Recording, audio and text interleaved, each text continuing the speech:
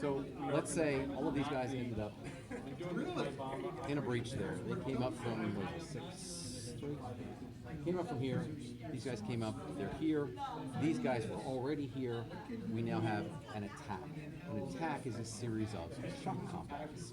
A shock combat is one lead unit and a number of supporting units attacking one lead defending unit and whatever support units it wants. That's one shock combat. Each shock unit gets a shock combat. So if these guys are attacking them, and I'm sorry, it's the other way around. These guys are attacking them. There's going to be at least two, this and this. So that would be the one. Let's say whatever the result is, and he becomes a shock unit. He says, I'm going to make them support me, and then these guys, sorry, these guys are used.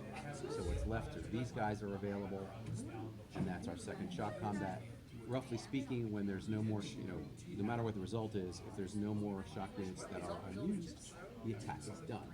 So again, attack, multiple shock. Main difference between the Kraken and the Terrans is, if the Krakens have a shock unit, again, that's no gray bar, each of these shock units must initiate an attack. The Terrans do not have to initiate attacks. So let's get through this. So generally when I set up like this, separate here, it's always one lead unit. So let's say I'll be both sides. So the Krakens are attacking. They come up into this hex. We leave the breach marker here. There's one on the map they'll put there for convenience for the Kraken player. But basically, this is the one that says there's going to be an attack. The attack gets transfers to this. This is just a convenient way of doing it. You can do it in here if you can do it in your head. But here's a lead unit, and you say, all right, well, I'm going to add this. I'm going to add the drones, and I'm going to add the storm armor. You can add up to 5. This gives a modifier, once you get past the first one, of -5 to an all check for the tool. So if you have support units, your opponent, before you actually make the die roll for the combat, is going to need to make an all check, which could flip them before the combat, which reduces their strength check.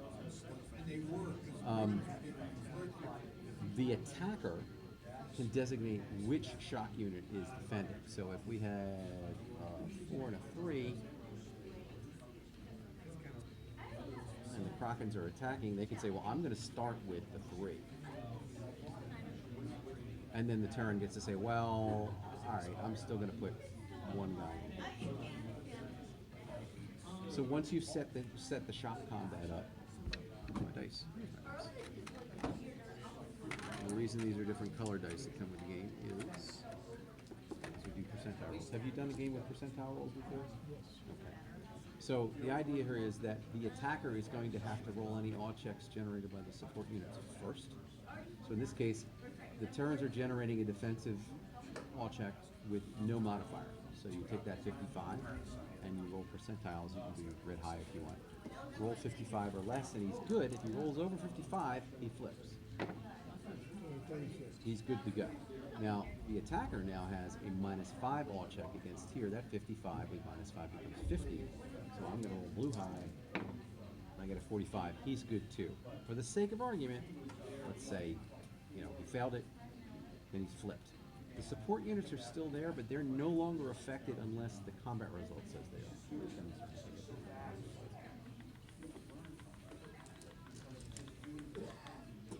We're in, let's say, proper attack.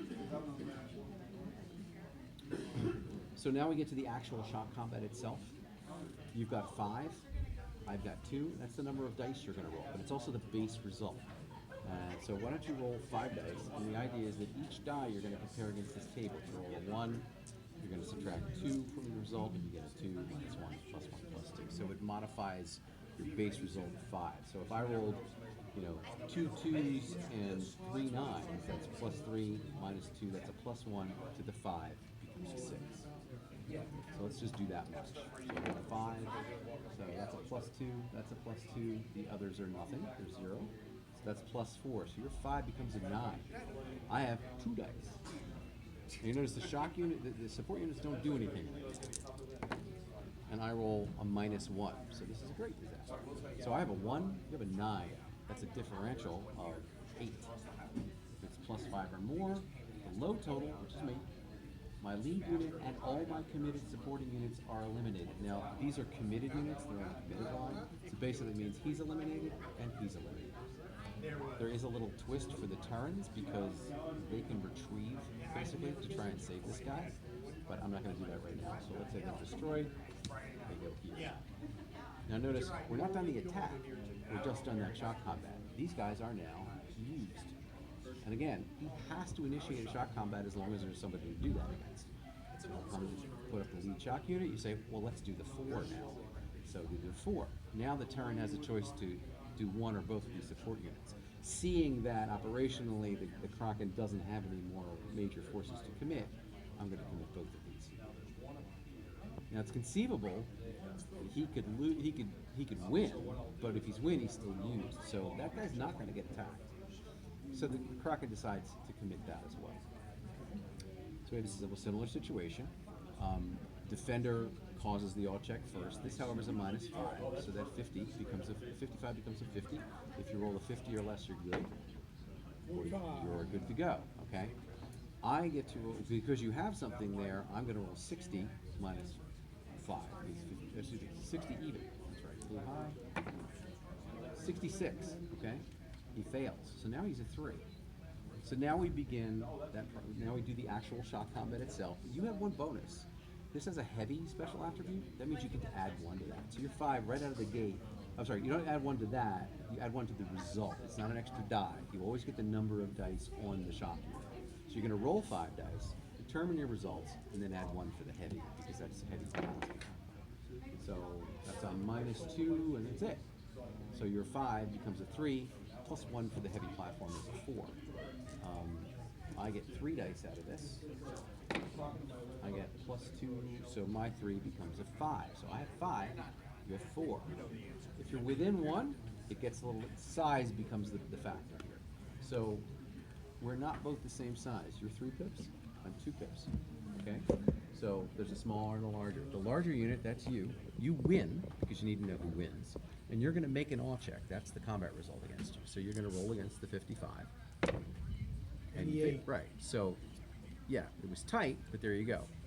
I, however, because I'm low here, I get an all check -20, so that's 60 becomes a 40, because you're larger than I am, so you have more numbers. But I made it.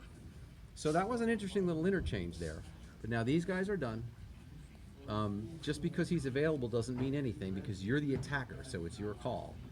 That attack is done. Everybody comes back here, and you proceed to the next attack. So you can see how it's a series of shock combats.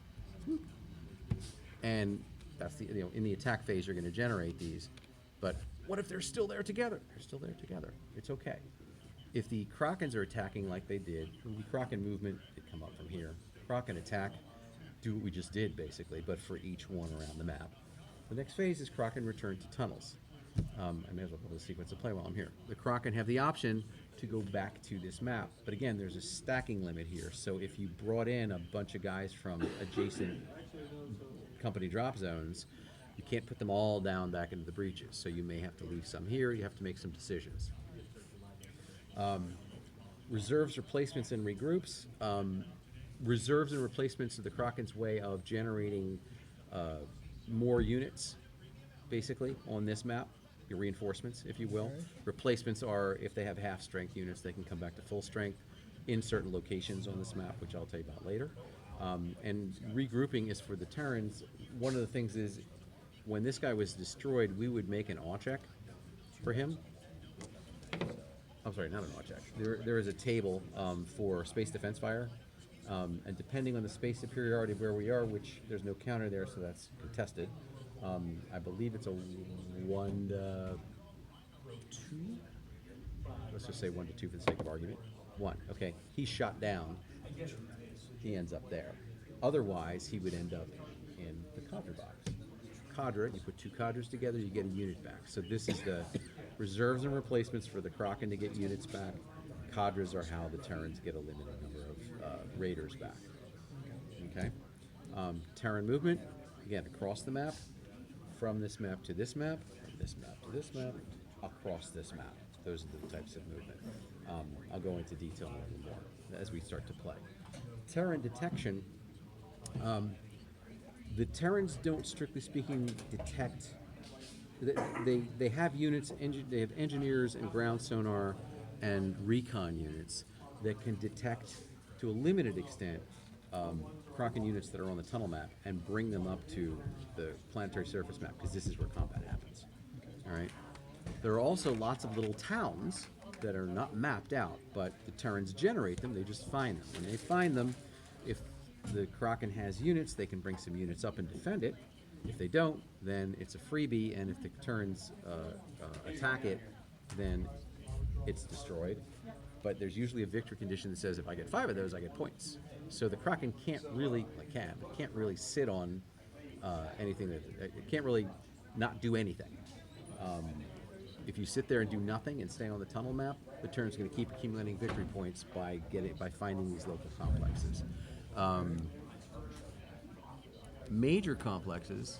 Where are we here? Here we go. Major complexes are on this map.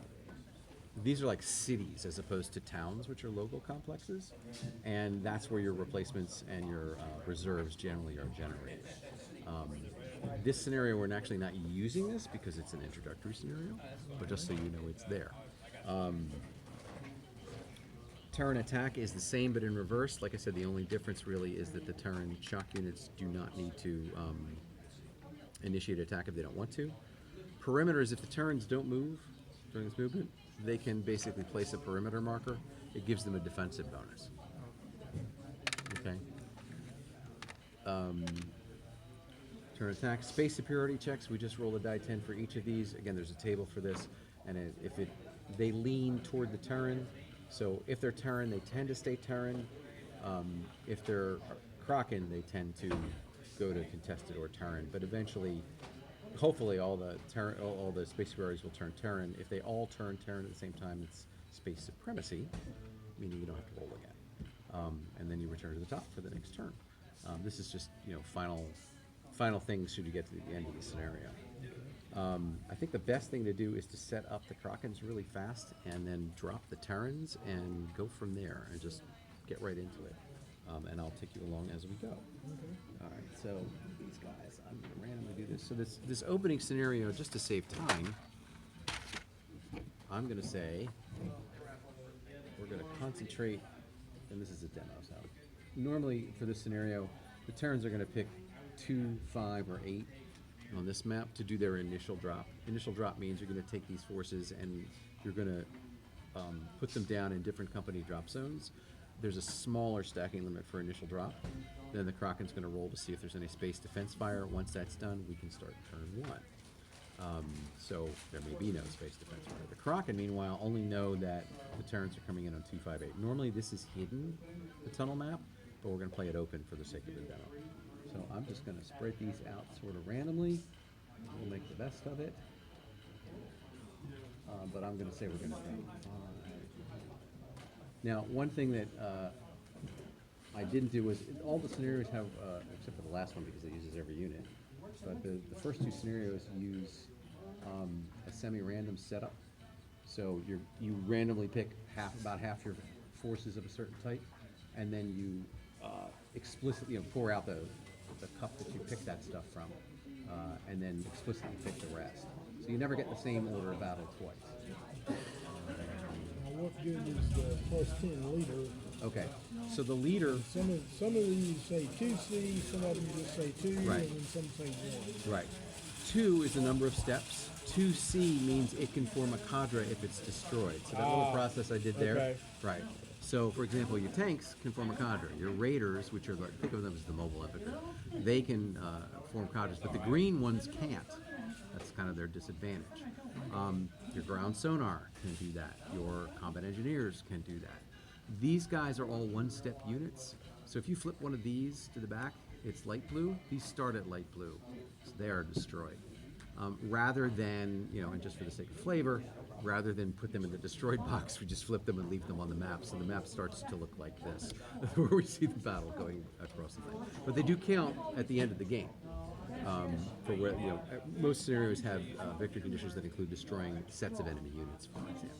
All right, throw these on here really fast. The plus 10 on here, this is a leader.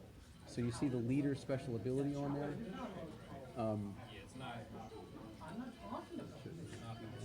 There you go. So when you have a leader that's not just in the company drop zone, but adjacent. Everybody who's making any kind of an awe check gets a plus 10 to their awe value. So the 60 would become a 70. When he's deployed to a specific unit.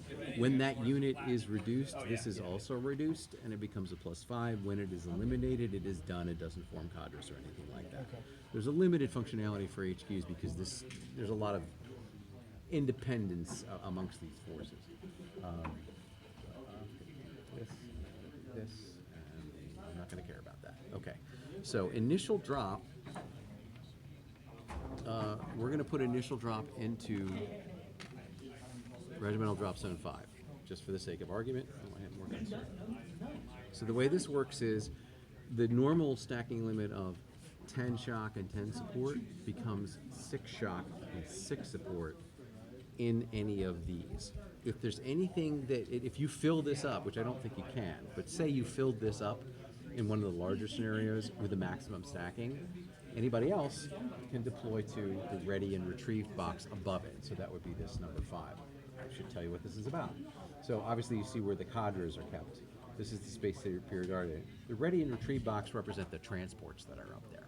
And there's transports in every one of these. So the initial drop, they're here. If there's not enough space to drop these, then somebody can go into the ready and retrieve box.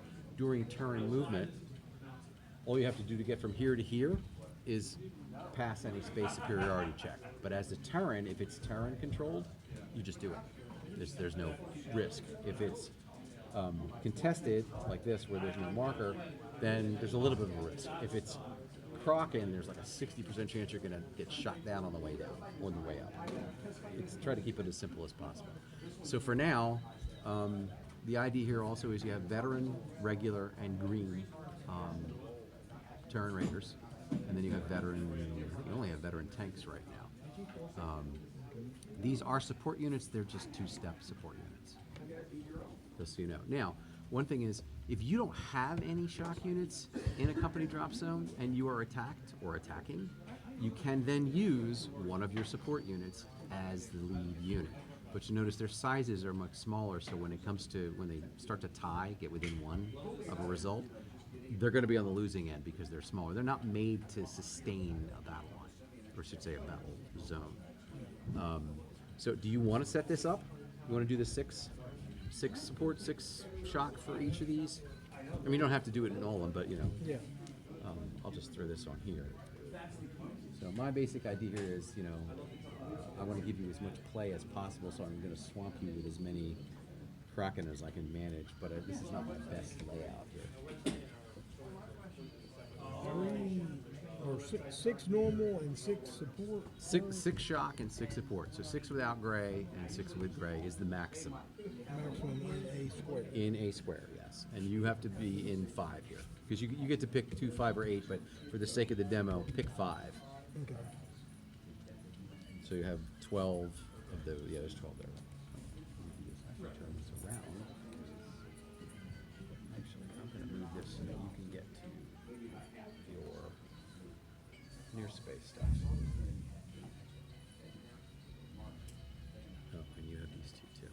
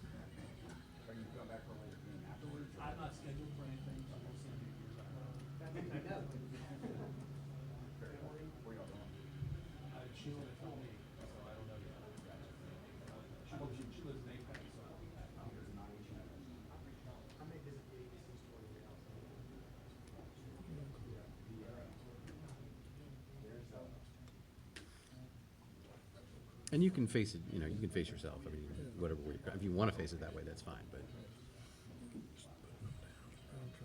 I appreciate your kindness to read those. But I'll read them upside down. It's all good. All right, so we got that. Now you see, you have what you have here is you're overstacked. You can have 6 pips total. Oh, okay. Yeah, 6 pips total. So if you break these up like this, and like this, and like this. So basically, this is a regimental drop zone, the big ones, and these are company drop zones because in a Raider division, there's 12 companies. So it's kind of the way. Oh wait, I'm sorry. This is initial drop. I told you the wrong thing. It's one company. These are companies. One company per company drop zone. And up to 6 support units. Anything that you can't fit in here goes in here. Yeah, sorry, but I'm totally sorry about that. Yeah, I'm getting my rest. Yeah, just taught Back everybody this the up wrong now rule. that you're right underneath the camera. Yeah, I just taught everybody the wrong rule.